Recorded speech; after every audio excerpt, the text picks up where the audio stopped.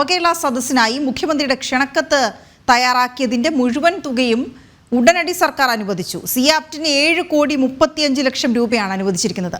വയനാട് ദുരന്തത്തിന്റെ പ്രതിസന്ധികൾക്കിടയിലാണ് ഈ തുക അനുവദിച്ചിരിക്കുന്നത് എന്നുള്ളതാണ് ശ്രദ്ധേയമാകുന്നത്, ചർച്ചയാകുന്നത്. രാജീവ് ചേരുന്നു വിവരങ്ങളുമായി. രാജീവ്, ഇത് ചർച്ച ചെയ്യാതിരിക്കാൻ തരമില്ല. നമ്മൾ ഒരുപക്ഷെ ചെറിയ കുട്ടികൾ മുതൽ അവരുടെ പ്രധാനപ്പെട്ട ആവശ്യങ്ങൾ മാറ്റിവെച്ചുകൊണ്ട്, അല്ലെങ്കിൽ അത് ചെയ്യുന്നതിനൊപ്പം വയനാട് ദുരന്ത ബാധിതർക്ക് വേണ്ടി കൂടി തുക മാറ്റിവെച്ചുകൊണ്ട് ഈ വലിയ ദുരന്തം, സംസ്ഥാനം നേരിട്ട ഈ വലിയ ദുരന്തത്തിൽ അവർക്കൊപ്പം കൈപിടിച്ച് ചേർന്ന് നിൽക്കുന്ന ഒരു സമയമാണിത്. ഈ സമയത്ത് 1 രൂപ ഇത്തരത്തിൽ മാറ്റിവെച്ചാൽ പോലും ചർച്ച ചെയ്യപ്പെടേണ്ടതാണ്. 7 കോടി രൂപ, ഇതിന് 7,35,00,000 രൂപ ഇതിന് മാറ്റിവെക്കാൻ സംസ്ഥാന സർക്കാരിൻ്റെ കയ്യിൽ ഉണ്ട് എന്നുകൂടിയാണ് ഇതിനർത്ഥം. മാറ്റിവെക്കാൻ ക്ഷേമ പെൻഷനുകളടക്കം പൈസ ഇല്ലാതിരിക്കുന്ന സമയം കൂടിയാണ്. രാജീവരങ്ങൾ.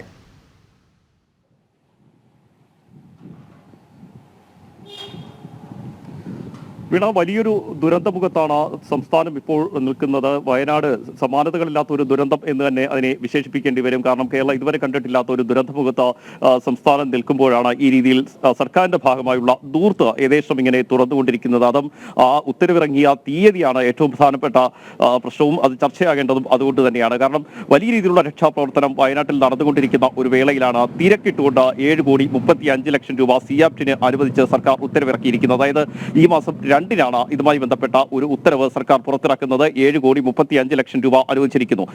30-ന് പുലർച്ചെയാണ് വയനാട് ദുരന്തമുണ്ടാകുന്നത്. നമുക്കറിയാം, സംസ്ഥാനത്തെ എല്ലാ സംവിധാനങ്ങളും അവിടേക്ക് കേന്ദ്രീകരിക്കുന്നു. മാത്രമല്ല, കേന്ദ്ര സർക്കാരിന്റെ ഭാഗത്ത് നിന്ന് ലഭിച്ച സഹായങ്ങൾ എടുത്തു പറയേണ്ടതാണ്. മുഖ്യമന്ത്രിയുമായി ആ നിമിഷം മുതൽ തന്നെ നേരിട്ട് പ്രധാനമന്ത്രി സംസാരിക്കുന്നു, കേന്ദ്ര ആഭ്യന്തരമന്ത്രി അമിത്ഷാ സംസാരിക്കുന്നു.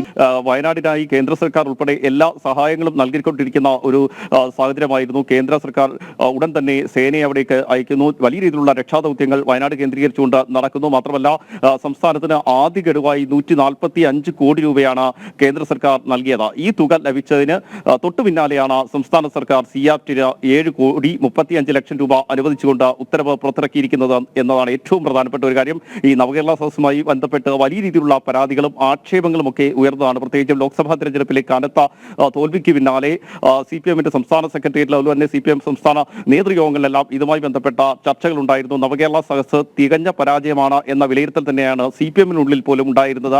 മാത്രമല്ല, എത്ര പരാതികൾ പരിഹരിച്ചു എന്നതിന് കൃത്യമായ ഉത്തരം പോലും നൽകാൻ മുഖ്യമന്ത്രിക്കുൾപ്പെടെ നിയമസഭയിൽ കഴിഞ്ഞില്ല. ഇതുമായി ബന്ധപ്പെട്ട എത്ര പണം ചെലവഴിച്ചു എന്നും നിയമസഭയിൽ ഇതുവരെ മുഖ്യമന്ത്രി വ്യക്തമാക്കിയിട്ടില്ല. ഇതിനിടെയാണ് ഏതായാലും ഇതുമായി ബന്ധപ്പെട്ട കൂടുതൽ കണക്കുകൾ പുറത്തുവരുന്നത്. മാത്രമല്ല, മുഖ്യമന്ത്രി നിയമസഭയിൽ പറഞ്ഞ അനുസരിച്ചാണെങ്കിൽ സ്പോൺസർഷിപ്പിലൂടെയാണ് നവകേരള സദസ്സിനായി പണം കണ്ടെത്തിയിരിക്കുന്നത്, മറ്റ് ചെലവുകളൊന്നുമില്ല എന്നാണ്. എന്നാൽ ഇതുപോലും അടിസ്ഥാനരഹിതമാണ് എന്ന് തെളിയിക്കുന്ന രേഖകൾ കൂടിയാണ് പുറത്തേക്ക് വരുന്നത്. 7,35,00,000 രൂപ അനുവദിക്കുമ്പോൾ സിയാപ്റ്റിന് ഈ ബ്രോഷറുകളും ക്ഷണക്കത്തുകളും അച്ചടിച്ച് വിതരണം ചെയ്തതിന്റെ ഭാഗമായുള്ള മുഴുവൻ തുകയും അനുവദിച്ചിരിക്കുന്നു. അങ്ങനെയാണെങ്കിൽ 10 കോടി രൂപ ഇതുമായി ബന്ധപ്പെട്ട് സിയാപ്റ്റിന് മാത്രം നൽകിയിരിക്കുന്നു എന്നതാണ് ഏറെ ശ്രദ്ധേയമായ കാര്യം. നേരത്തെയും ഇതുമായി ബന്ധപ്പെട്ട ദൂർത്ത് വിവരങ്ങൾ ജനTV വാർത്തയാക്കുകയും ചർച്ചയാക്കുകയും ഒക്കെ ചെയ്തെങ്കിലും ഈ ഘട്ടത്തിൽ, അതായത് വയനാട് വലിയൊരു ദുരന്തം ഉണ്ടാകുമ്പോൾ ആ ദുരന്തത്തിൽ രക്ഷാപ്രവർത്തനങ്ങളൊക്കെ നടന്നുകൊണ്ടിരിക്കുമ്പോഴാണ് ഈ തിടുക്കപ്പെട്ടുകൊണ്ട് സിയാപ്റ്റിന് 7,35,00,000 രൂപ അനുവദിച്ച് ഉത്തരവ് പുറത്തിറക്കിയിരിക്കുന്നത്. മാത്രമല്ല, മുഖ്യമന്ത്രി ഈ ദുരിതാശ്വാസ പ്രവർത്തനങ്ങൾക്കായി പണം വേണമെന്ന് എല്ലാ ദിവസവും വാർത്താ സമ്മേളനം വിളിക്കുമ്പോൾ ആവശ്യപ്പെടാറുണ്ട്. ദുരിതാശ്വാസ നിധിയിലേക്ക് പണം അയക്കണമെന്നാണ് ആവശ്യപ്പെടുന്നത്. കടുത്ത പ്രതിസന്ധിയിലൂടെയാണ് സംസ്ഥാനം കടന്നുപോയിക്കൊണ്ടിരിക്കുന്നത്. രൂക്ഷമായ സാമ്പത്തിക പ്രതിസന്ധിയൊക്കെ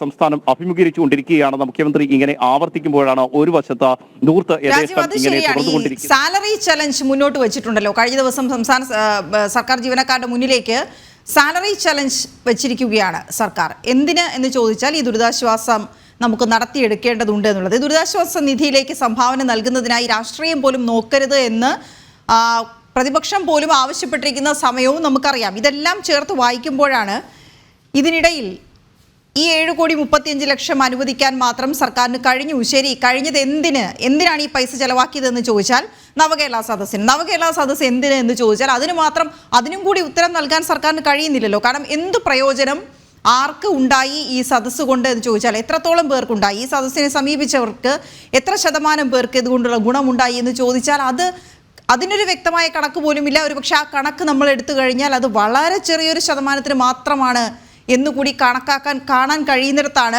ഇത് ധൂർത്ത് എന്ന് പറയേണ്ടി വരുന്നത്. വീണ, തീർച്ചയായും ഈ സാലറി ചലഞ്ചിലൂടെ 5 ദിവസത്തെ സർക്കാർ ജീവനക്കാരുടെ ശമ്പളമാണ് സർക്കാർ ലക്ഷ്യമിടുന്നത്. അതിന് കാരണമായി പറയുന്നത് സംസ്ഥാനം കടുത്ത സാമ്പത്തിക പ്രതിസന്ധിയിലൂടെ കടന്നു പോകുന്നു എന്നതാണ്. രാജീവ്, ഈ ക്ഷണക്കത്തും ബ്രോഷറുകളും അടിക്കാൻ നവകേരള സദസ്സിനായി. നമുക്കറിയാം നമ്മുടെ നാട് എത്രത്തോളം പുരോഗമിച്ച് നിൽക്കുന്നുവെന്ന്. ഏറ്റവും കൂടുതൽ സോഷ്യൽ മീഡിയ ഉപയോഗം കൂടി നടക്കുന്ന ഒരു നാടാണ് നമ്മുടേത്.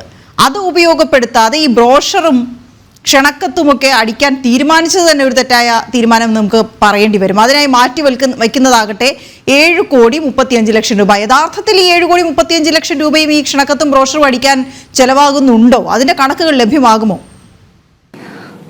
വീണ, തീർച്ചയായും ഈ ഒരു കാലഘട്ടത്തിൽ ബ്രോഷറുകളും അതുപോലെ തന്നെ ക്ഷണക്കത്തുകളും അച്ചടിക്കുന്നതിന് വേണ്ടി 7,35,00,000 രൂപ അനുവദിച്ചിരിക്കുന്നു എന്ന് പറയുമ്പോൾ അത് സങ്കീർണം തന്നെയാണ്. ഏതായാലും ഇതുമായി ബന്ധപ്പെട്ട കൂടുതൽ അന്വേഷണങ്ങൾ നടക്കേണ്ടതായുണ്ട്. മാത്രമല്ല, ഞാൻ നേരത്തെ സൂചിപ്പിച്ചതുപോലെ 7,35,00,000 മാത്രമല്ല നൽകിയിരിക്കുന്നത്. ഇതിനായി മാറ്റിവെച്ചിരിക്കുന്നത് ഉത്തരവിൽ തന്നെ പറയുന്നുണ്ട് 10 കോടി രൂപയാണ്. ആദ്യഘട്ടമായി ശേഷിക്കുന്ന തുക നേരത്തെ സിയാപ്റ്റിന് നൽകിയിരുന്നു. ഇതിനുശേഷമാണ് വീണ്ടും അന്തിമമായി ഒരു 7,35,00,000 രൂപ കൂടി 2-ാം തീയതി നൽകിയിരിക്കുന്നത്. അങ്ങനെ നോക്കുകയാണെങ്കിൽ 10 കോടി രൂപയ്ക്കടുത്ത ഏതായാലും ബ്രോഷറുകളും അതുപോലെ തന്നെ ക്ഷണക്കത്തും അച്ചടിക്കുന്നതിന് മാത്രം നവകേരള സദസ്സിൽ ചെലവായിട്ടുണ്ട്.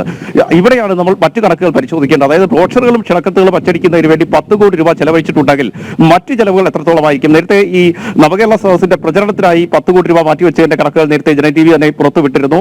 ഇതിനൊപ്പം തന്നെ അതായത് നേരത്തെ പ്രതിപക്ഷം ഉൾപ്പെടെ ചൂണ്ടിക്കാണിച്ചതുപോലെ 100 കോടി രൂപയ്ക്കടുത്തെങ്കിലും നവകേരള സദസ്സിന് ചെലവായിട്ടുണ്ട്. ആ നവകേരള സദസ്സിന്റെ യാത്രയൊക്കെ നമ്മൾ കണ്ടതാണ്. ഇന്ന് ഈ ഒരു ആഡംബര ബസ് വാങ്ങുന്നു, ആഡംബര ബസ്സിൽ മാറ്റങ്ങൾ വരുത്തുന്നു. പിന്നീട് ഈ ബസ് ഇപ്പോൾ പലപ്പോഴും ഉപയോഗിക്കാൻ പോലും കഴിയാത്ത ഒരു സാഹചര്യമാണ്. അതിൽ യാത്രക്കാർക്കായി നൽകിയെങ്കിലും അതിൽ യാത്ര ചെയ്യാൻ ആളില്ല. ഈ രീതിയിൽ ഏകദേശം 1.5 കോടി രൂപ ചെലവഴിച്ചാണ് ആഡംബര ബസ്സൊക്കെ വാങ്ങിയത്. അതിനുശേഷം അന്ന് പറഞ്ഞിരുന്നത് ഈ ആഡംബര ബസ്സിൽ മുഖ്യമന്ത്രിയും അതുപോലെ തന്നെ മന്ത്രിമാരും യാത്ര ചെയ്യുന്നത് ചെലവ് കുറയ്ക്കാൻ വേണ്ടിയാണെന്നാണ്. പക്ഷേ ആ യാത്രയും നമ്മൾ കണ്ടതാണ്. ആ ബസ് പോകുന്നു, അതിന് പിന്നാലെ തന്നെ മുഖ്യമന്ത്രിയുടെയും മന്ത്രിമാരുടെയും വാഹനങ്ങൾ പോകുന്നു. ഒരു വലിയ നിര വാഹനങ്ങളുടെ ഇതിന് പിന്നിൽ ഉണ്ടായിരുന്നു എന്നതും നമ്മൾ കണ്ടതാണ്. ഈ കണക്കുകളൊന്നും ഇതുവരെ സർക്കാർ പുറത്തുവിട്ടിട്ടില്ല. ഇതുമായി ബന്ധപ്പെട്ട് എത്ര ചെലവ് വന്നു എന്ന് ചോദിക്കുമ്പോൾ സ്പോൺസർഷിപ്പിലൂടെയാണ് പണം കണ്ടെത്തിയെന്ന മറുപടിയാണ് നിലവിൽ ഇപ്പോൾ മുഖ്യമന്ത്രിയും മന്ത്രിമാരും ഒക്കെ നൽകിക്കൊണ്ടിരിക്കുന്നത്. ഏകദേശം 100 കോടി രൂപയ്ക്കടുത്തെങ്കിലും ഏതായാലും ചെലവഴിച്ചിട്ടുണ്ട് എന്ന് ഈ ഘട്ടത്തിൽ തന്നെ നമുക്ക് സംശയിക്കേണ്ടി വരും. കാരണം ഈ ബ്രോഷറിനും ക്ഷണക്കത്തുകൾക്കുമായി മാത്രം 10 കോടി രൂപയ്ക്കടുത്ത് ചെലവഴിച്ചതുകൊണ്ട് തന്നെ കൂടുതൽ തുക ചെലവഴിച്ചിട്ടുണ്ടാകാം എന്ന് സംശയിച്ചാൽ അതിനെ കുറ്റം പറയാൻ കഴിയില്ല.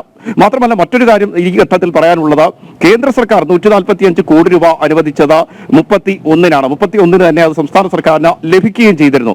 കഴിഞ്ഞ ദിവസം ഇതുമായി ബന്ധപ്പെട്ട് വാർത്താ ജന TV നൽകിയപ്പോൾ പലരും പറഞ്ഞ ഒരു ആശങ്ക, ഈ 145 കോടി രൂപ വയനാട്ടിലെ ദുരന്ത ബാധിതർക്ക് ലഭിക്കുമോ, അല്ലെങ്കിൽ അവരുടെ പുനരധിവാസത്തിന് ലഭിക്കുമോ എന്നൊരു ആശങ്ക കഴിഞ്ഞ ദിവസം മുതൽ ആളുകൾ മുന്നോട്ട് വെച്ചിരുന്നു. ഒരുപക്ഷെ നമുക്കും അത്തരമൊരു സംശയത്തിലേക്ക് ഈ ഘട്ടത്തിൽ പോകേണ്ടി വരും. കാരണം 31-ന് കേന്ദ്ര സർക്കാർ 145 കോടി രൂപ അനുവദിച്ചതിന് തൊട്ടു പിന്നാലെയാണ് 2-ാം തീയതി ഈ 7,35,00,000 രൂപ സിയാപ്റ്റിന് നൽകിക്കൊണ്ട് ഉത്തരവ് പുറത്തിറങ്ങിയിരിക്കുന്നത്. മാത്രമല്ല, ഇതിന് മാത്രമല്ല തുക ചെലവഴിച്ചിരിക്കുന്നത്.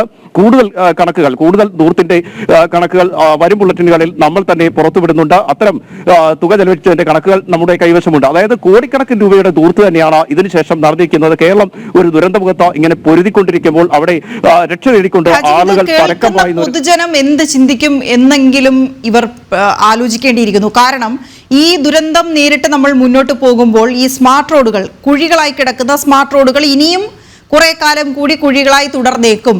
ക്ഷേമ പെൻഷനുകൾ ഇനിയും നമുക്ക് മുടങ്ങിയേക്കും. പോട്ടെ, സാരമില്ല, നമുക്ക് വയനാടിനായി അത് ക്ഷമിക്കാം എന്ന് കരുതിയ പൊതുജനമുണ്ട്. അവരുടെ മുന്നിലേക്കാണ് നമ്മൾ ഈ 100 കോടിയുടെ കണക്കിങ്ങനെ നമുക്ക് കിട്ടിയത് മാത്രമായി കൊടുക്കുന്നത്. അതിനൊരു വിശദീകരണം സർക്കാർ ഇതുവരെ തന്നിട്ടില്ല, അതിന് ശ്രമിക്കുന്നില്ല എന്ന് കൂടി നമ്മൾ ഓർക്കണം.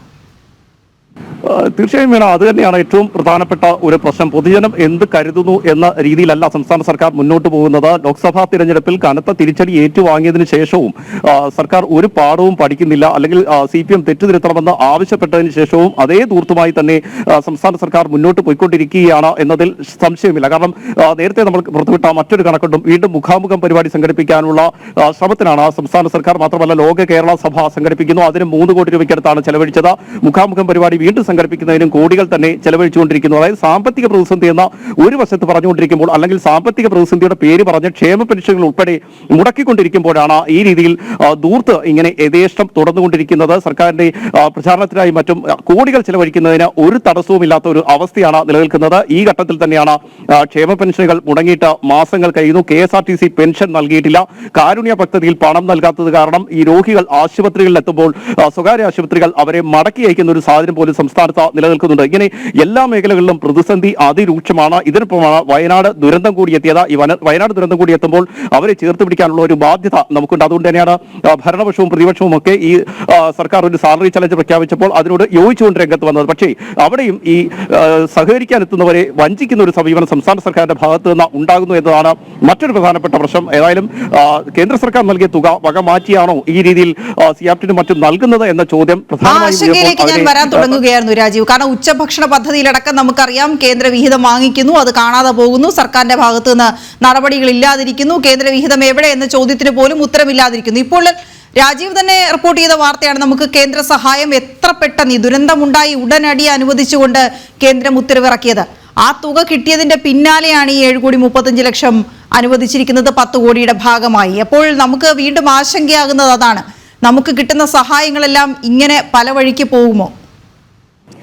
വീണ, തീർച്ചയായും ഉയർന്ന ഒരു ചോദ്യം അത് തന്നെയാണ്. കാരണം കേന്ദ്ര സർക്കാർ കഴിഞ്ഞ ദിവസം ഒരു കണക്ക് വിവരാവകാശ നിയമപ്രകാരം പുറത്തുവിട്ടിട്ടുണ്ട്. അത് പ്രകാരം 1200 കോടി രൂപയ്ക്കടുത്താണ് കഴിഞ്ഞ 5 വർഷമായി കേന്ദ്ര സർക്കാർ സംസ്ഥാനത്തിന് ഈ ദുരന്ത ഉണ്ടായ മേഖലകൾക്ക് വേണ്ടി മാത്രം നൽകിയത്, അല്ലെങ്കിൽ പുനരധിവാസത്തിന് വേണ്ടി മാത്രം നൽകിയത്. ആ പുനരധിവാസം ഒക്കെ എവിടെ എത്തി നിൽക്കുന്നു എന്ന് നമ്മൾ പരിശോധിച്ചാൽ അത് എങ്ങും എത്തുന്നില്ല. ഇപ്പോൾ 2018 പ്രളയം ഉണ്ടായവർക്ക് പോലും അർഹമായ സഹായം ലഭിക്കാത്ത ഒരു സാഹചര്യമാണ് നിലനിൽക്കുന്നത്. മാത്രമല്ല, മുഖ്യമന്ത്രിയുടെ ദുരിതാശ്വാസ നിധിയുമായി ബന്ധപ്പെട്ട കണക്കുകൾ പരിശോധിക്കുകയാണെങ്കിൽ അതിൽ വലിയ അവ്യക്തതകൾ നിലനിൽക്കുന്നുണ്ട്. ഇതുമായി ബന്ധപ്പെട്ട് പലതവണ നമ്മൾ വാർത്തകൾ നൽകിയിട്ടുണ്ടെങ്കിലും സർക്കാരിന്റെ ഭാഗത്തു നിന്ന് യാതൊരു തരത്തിലുള്ള പ്രതികരണവും ഉണ്ടായിട്ടില്ല. മാത്രമല്ല, ഇപ്പോൾ നടക്കുന്ന മറ്റൊരു സംഭവം, ഈ മുഖ്യമന്ത്രിയുടെ ദുരിതാശ്വാസ നിധിയിൽ പണം നൽകില്ല എന്ന് സാമൂഹ്യ മാധ്യമങ്ങളിൽ പോസ്റ്റ് ചെയ്താൽ ഉടൻ കേസെടുക്കുകയാണ് പോലീസ്. കഴിഞ്ഞ ദിവസത്തെ കണക്ക് പ്രകാരം നോക്കുകയാണെങ്കിൽ 40ഓളം കേസുകളാണ് നിലവിൽ രജിസ്റ്റർ ചെയ്തിരിക്കുന്നത്. അത് ദുരിതാശ്വാസ നിധി തട്ടിപ്പാണെന്നോ അല്ലെങ്കിൽ മറ്റെന്തെങ്കിലും പറഞ്ഞ് വ്യാജ പരാമർശങ്ങളല്ല നടത്തുന്നത്. ദുരിതാശ്വാസ നിധിയിലേക്ക് ഞാൻ പണം നൽകില്ല, അല്ലെങ്കിൽ ഞാൻ നേരിട്ട് വയനാടിന് വേണ്ടി നൽകാം എന്ന് ആരെങ്കിലും പറഞ്ഞാൽ പോലും അവർക്കെതിരെ കേസെടുക്കുന്ന ഒരു സമീപനം സംസ്ഥാന സർക്കാരിന്റെ ഭാഗത്ത് നിന്ന് കഴിഞ്ഞ കുറെ നാളുകളായി തുടരുകയാണ്. ഇതിനുശേഷം പോലീസിന്റെ ഔദ്യോഗിക വാട്സ്ആപ്പ് ഗ്രൂപ്പ് വഴി ഇതിന്റെ കണക്കുകൾ പ്രസിദ്ധീകരിക്കുന്നു. നേരത്തെ കൊറോണ മാനദണ്ഡങ്ങൾ ലംഘിക്കുന്നതിന് കേസെടുക്കുമ്പോൾ ഇത് ഈ രീതിയിൽ ഈ കണക്കുകൾ പ്രസിദ്ധീകരിക്കാറുണ്ടായിരുന്നു. അതേ അവസ്ഥയാണ് ഇപ്പോഴും സംസ്ഥാനത്ത് നിലനിൽക്കുന്നത്. ജനങ്ങളെ ഭയപ്പെടുത്തിക്കൊണ്ട് ദുരിതാശ്വാസ നിധിയിലേക്ക് പണം എത്തിക്കാനുള്ള ശ്രമം കൂടി സംസ്ഥാന സർക്കാരിന്റെ ഭാഗത്ത് നിന്ന് നടക്കുന്നു. ഏതായാലും വയനാടിന് വേണ്ടി അതൊക്കെ ചെയ്യണം എന്ന കാര്യത്തിൽ ഒരു തർക്കവുമില്ല. പല സംഘടനകളും, സേവാഭാരതി ഉൾപ്പെടെയുള്ള സംഘടനകൾ ആ ഒരു ശ്രമത്തിൽ തന്നെയാണ്. ഇതിനൊപ്പം തന്നെയാണ് കേന്ദ്ര സർക്കാരിന്റെ ഭാഗത്ത് നിന്നും ആദ്യഘട്ടമായി 145 കോടി രൂപ അനുവദിച്ചത്. ഉടൻ തന്നെ 30-ന് ഈ പ്രകൃതി ദുരന്തം ഉണ്ടായി, 31-ന് തന്നെയാണ് ഈ പണം സംസ്ഥാന സർക്കാരിന് കൈമാറിയിരിക്കുന്നത്. നമ്മുടെ നിലവിലെ രീതി അനുസരിച്ച് സംസ്ഥാനത്തിന് നേരിട്ട് പണം നൽകാൻ മാത്രമേ കേന്ദ്ര സർക്കാരിന് കഴിയൂ. അതുകൊണ്ടാണ് കേന്ദ്ര സർക്കാർ ഈ സംസ്ഥാനത്തിന് തന്നെ പണം അനുവദിച്ചിരിക്കുന്നത്. ഏതായാലും അതുമായി ബന്ധപ്പെട്ട ചർച്ചകൾ ഒരു വശത്ത് തുടരുമ്പോഴാണ് ഈ രീതിയിലുള്ള ദൂർത്ത് യഥേഷ്ടം ഇങ്ങനെ തുടർന്നുകൊണ്ടിരിക്കുന്നത്. അവിടെ ഏറ്റവും പ്രധാനമായും ചർച്ചയാകുന്നത് കേരളം ഒരു ദുരന്തമുഖത്ത് നിൽക്കുമ്പോൾ വലിയ രീതിയിലുള്ള രക്ഷാപ്രവർത്തനങ്ങൾ നടക്കുമ്പോൾ 31-നും 1-നും 2-നും ഒക്കെ വലിയ രീതിയിലുള്ള രക്ഷാപ്രവർത്തനങ്ങളാണ് നടക്കുന്നത്. എങ്ങനെയെങ്കിലും ആളുകളെ ജീവനോടെ കണ്ടെത്താനുള്ള എന്തെങ്കിലുമൊക്കെ ശ്രമങ്ങൾ, അല്ലെങ്കിൽ എങ്ങനെയെങ്കിലും അവരെ രക്ഷിക്കാനുള്ള ശ്രമങ്ങളൊക്കെ നടന്നുകൊണ്ടിരിക്കുമ്പോഴാണ് ഇവിടെ ഒരു വശത്ത് സെക്രട്ടേറിയറ്റിൽ നിന്നും മുഖ്യമന്ത്രിയുടെ തന്നെ സ്വന്തം വകുപ്പിൽ നിന്നും 7,35,00,000 രൂപ അനുവദിച്ചുകൊണ്ട് ഉത്തരവുകൾ ഇങ്ങനെ പുറത്തിറങ്ങിക്കൊണ്ടിരിക്കുന്നത്. വീണ.